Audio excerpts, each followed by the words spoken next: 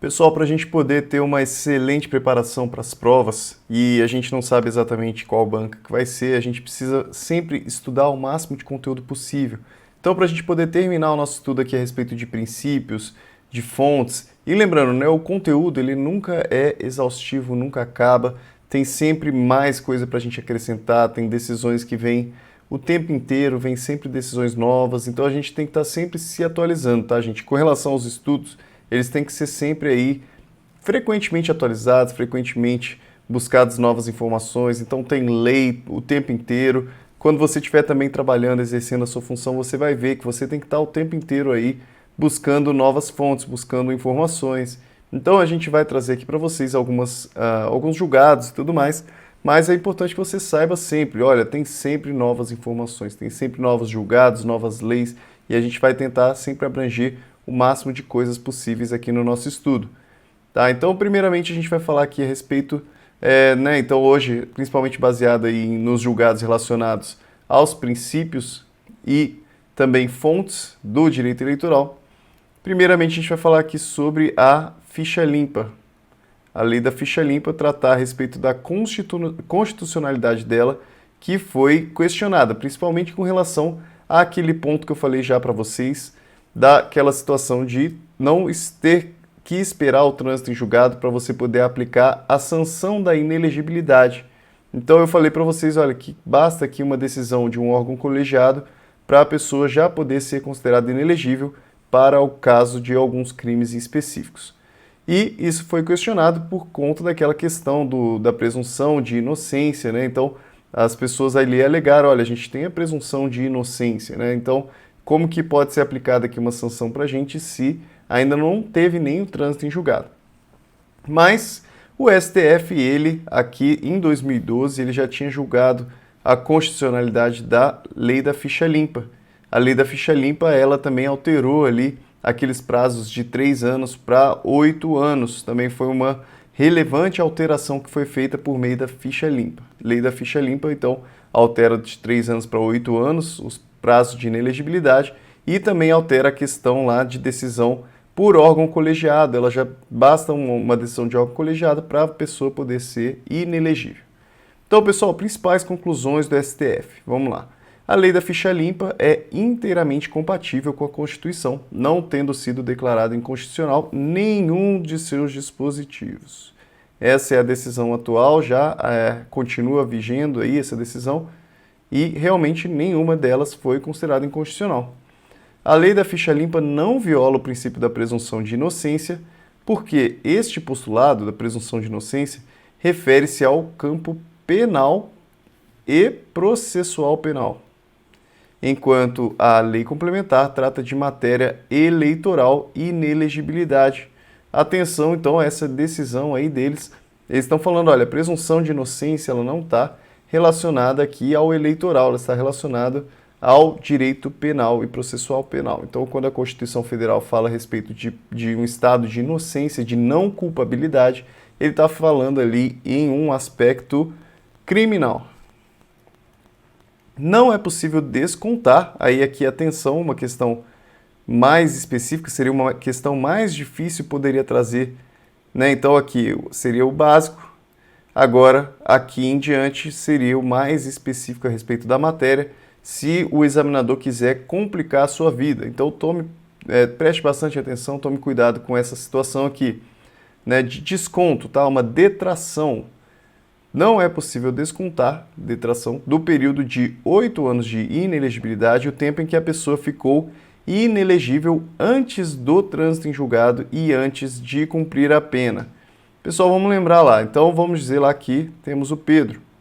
E o Pedro ele teve ali uma condenação confirmada por um órgão colegiado. Ele foi condenado em um crime e foi confirmado ali pelo órgão colegiado aquela condenação. E o Pedro ele entrou com um recurso. Logo que tem essa decisão aqui de órgão colegiado, é possível considerar que Pedro ele é inelegível. Tem aqui inelegibilidade, ele não pode ser eleito, não tem mais os direitos políticos passivos, não pode ser eleito. Então, desde esse momento já considera-se aqui e inelegível. No entanto, ainda o processo está correndo, tem um recurso, então não tem trânsito em julgado. O que ele está falando aqui? Que durante esse período em que ele está inelegível antes do trânsito em julgado, então vamos dizer que aqui teve o trânsito em julgado posteriormente, então durante esse período aqui, que ele já está inelegível até o trânsito em julgado, que aí é o momento em que efetivamente ele vai poder cumprir a pena dele, né? Ele vai cumprir a pena depois do trânsito em julgado. Eles estão falando assim, olha, durante esse período aqui, em que ele está inelegível, até o momento em que ele cumpre a pena, até o momento em que ele transitou em julgado e que ele cumpriu a pena, ele está falando para descontar esse período que ele está inelegível do período posterior, em que ele, depois que ele cumpriu a pena. Porque a regra é, depois que cumpriu a pena, que começa a contar o prazo de 8 anos. Então, vamos dizer aqui que ele teve o trânsito em julgado, depois ele cumpriu a pena. Cumpre a pena. Aqui, a partir daqui, começa a contar o prazo de 8 anos. O que eles estão falando aqui é o seguinte, olha, posso descontar o tempo que eu já estou inelegível aqui, desses 8 anos aqui? Ele está falando que não. Mesmo que não tivesse ainda trânsito em julgado, né? Então, deixa eu só arrumar aqui a câmera para você poder ver melhor. Tá? Então, mesmo que não tivesse trânsito em julgado, o período ele começa a contar desde aqui da decisão de órgão colegiado. Então, na verdade, a pessoa não vai ficar inelegível só por 8 anos. Ela vai ficar inelegível por mais tempo, por muito mais tempo. Né? Então, essa é a situação. O STF disse que isso daqui é constitucional, que é assim que deve funcionar, porque não há essa possibilidade de detração. Detração significa esse desconto. E fala que os atos praticados antes da vigência da Lei Complementar 135, assim como as condenações anteriores a esta lei, podem ser utilizados para configurar as hipóteses de inelegibilidade previstas na Lei da Ficha Limpa, sem que isso configure violação ao princípio da irretroatividade. Galera, isso aqui, né, também, caso ele quisesse complicar bastante a sua prova, ele poderia trazer uma questão a respeito desse assunto aqui, a respeito da irretroatividade com relação à Lei da Ficha Limpa, porque a Lei da Ficha Limpa, mesmo sendo posterior, ela pode ser aplicada para aquelas situações em que houve condenação anterior. Isso daqui é bem complicado. Trouxe aqui um caso concreto para a gente poder analisar, né? Um caso concreto trazido lá pelo Dizer o Direito. Dizer o Direito. Ele fala assim, o político X é condenado por órgão colegiado em 2012. A partir dessa data ele já se torna inelegível. Tá bom? Ok. O trânsito em julgado da condenação só ocorreu em 2014. Trânsito em julgado ocorre quando não existe mais possibilidade de recurso. Não pode mais recorrer, então já acabou todo o prazo de recurso e ele transita em julgado. E a partir dessa data que transitou em julgado a condenação, inicia o cumprimento da pena. Beleza, cumprimento da pena só ocorre com trânsito em julgado da condenação. O político X termina de cumprir a pena em 1º de março de 2016. Pela redação da lei complementar, a inelegibilidade deste político irá durar por mais 8 anos após cumprir toda a pena. Então, somente começa a contar os 8 anos a partir daqui, de 2016, embora ele já estivesse inelegível desde aqui, de 2012. Tá, então, 8 anos a partir do cumprimento da pena, ou seja, como terminou de cumprir a pena em 1º de março de 2016, somente terminará sua inelegibilidade em 1º de março de 2024. Este político, então, ficaria aqui 12 anos inelegível. Este político poderia descontar destes 8 anos de inelegibilidade o tempo que ficou inelegível antes do trânsito em julgado e antes de cumprir a pena? Então, antes do trânsito em julgado seria aqui antes de 2014, e antes de cumprir a pena seria aqui antes de 2016. Todo o prazo que ele ficou inelegível antes de 2016, ou então todo o prazo que ficou inelegível antes de 2014. Ele pode descontar isso da inelegibilidade posteriormente? A gente acabou de falar que não pode. Então, seria possível uma espécie de detração? Não, não pode, porque o prazo ele começa a contar efetivamente esses 8 anos a partir do cumprimento da pena. Outro caso aqui, para a gente poder continuar exemplificando, aí também complicando um pouquinho mais, fala: João concorreu ao cargo de vereador e foi condenado nos autos de representação eleitoral por abuso de poder econômico e compra de votos por fatos ocorridos em 2004. Aí, a regra em 2004 era de inelegibilidade por 3 anos. Ele está falando aqui: relembre o que dizia a lei, são inelegíveis para qualquer cargo os que tenham contra ou sua pessoa, tal, beleza. Os 3 anos seguintes, tá? É o que a gente estava falando aqui. E também falava a respeito do trânsito em julgado. Então, os que tenham contra sua pessoa procedente pela Justiça Eleitoral, transitada em julgado, em processo de apuração de abuso de poder econômico ou político para a eleição no qual concorrem ou tenham sido diplomados, bem como para as que se realizarem em 3 anos seguintes. O processo ele transitou em julgado em 2004 e João cumpriu os 3 anos de inelegibilidade, conforme havia sido determinado. Então, nesse caso aqui, ele já cumpriu até os 3 anos de inelegibilidade. Aí, nas eleições de 2008, olha que esse caso é muito complexo, tá, pessoal? Mas pode cair alguma coisa nesse sentido, se ele quiser complicar bastante. Então, nas eleições de 2008, ele já tinha cumprido aqui os 3 anos. Já livre da inelegibilidade, ele concorreu e foi eleito para o cargo de vereador. Ele conseguiu concorrer porque já havia passado o prazo de 3 anos, 2004 mais 3 anos. Nas eleições de 2012, ele tentou concorrer novamente ao mandato de vereador, mas seu registro foi indeferido sob o argumento de que entrou em vigor a lei da ficha limpa e que aquela sua condenação, que já transitou em julgado e que ele já cumpriu, aumentou de 3 para 8 anos. Assim, segundo a nova redação do artigo 1º, da Lei Complementar 64 de 90, ele teria que ficar inelegível de 2004 até 2012, que aí seria 2004 mais 8 anos, porque o prazo de inelegibilidade foi alterado com a Lei da Ficha Limpa. Como alterou de 3 anos para 8 anos, ele teria que ter ficado até 2012 inelegível. Nessa situação, vamos resumir aqui, em 2004, João praticou abuso de poder econômico e foi condenado a inelegibilidade de 3 anos. Esse processo transitou em julgado e em 2007, João terminou de cumprir o prazo de inelegibilidade para o qual foi condenado. Em 2010, a lei da ficha limpa, então a lei da ficha limpa que alterou então os prazos é de 2010, aumentou a punição prevista de 3 para 8 anos. A Justiça Eleitoral entendeu que mesmo a lei da ficha limpa tendo entrado em vigor após o fato praticado por João, este novo diploma deveria ser aplicado ao caso concreto. Logo, a inelegibilidade de João, que era de 3 anos e que acabou em 2007, subiria para 8 anos e daí terminaria só em 2012. Aí João não concordou com a decisão e ele recorreu ao STF, alegando que a inelegibilidade ela é uma sanção e razão pela qual a mudança legislativa não poderia retroagir por se tratar de lei mais grave. Além disso, teria havido ofensa à coisa julgada. E aí, o que vocês acham nesse caso?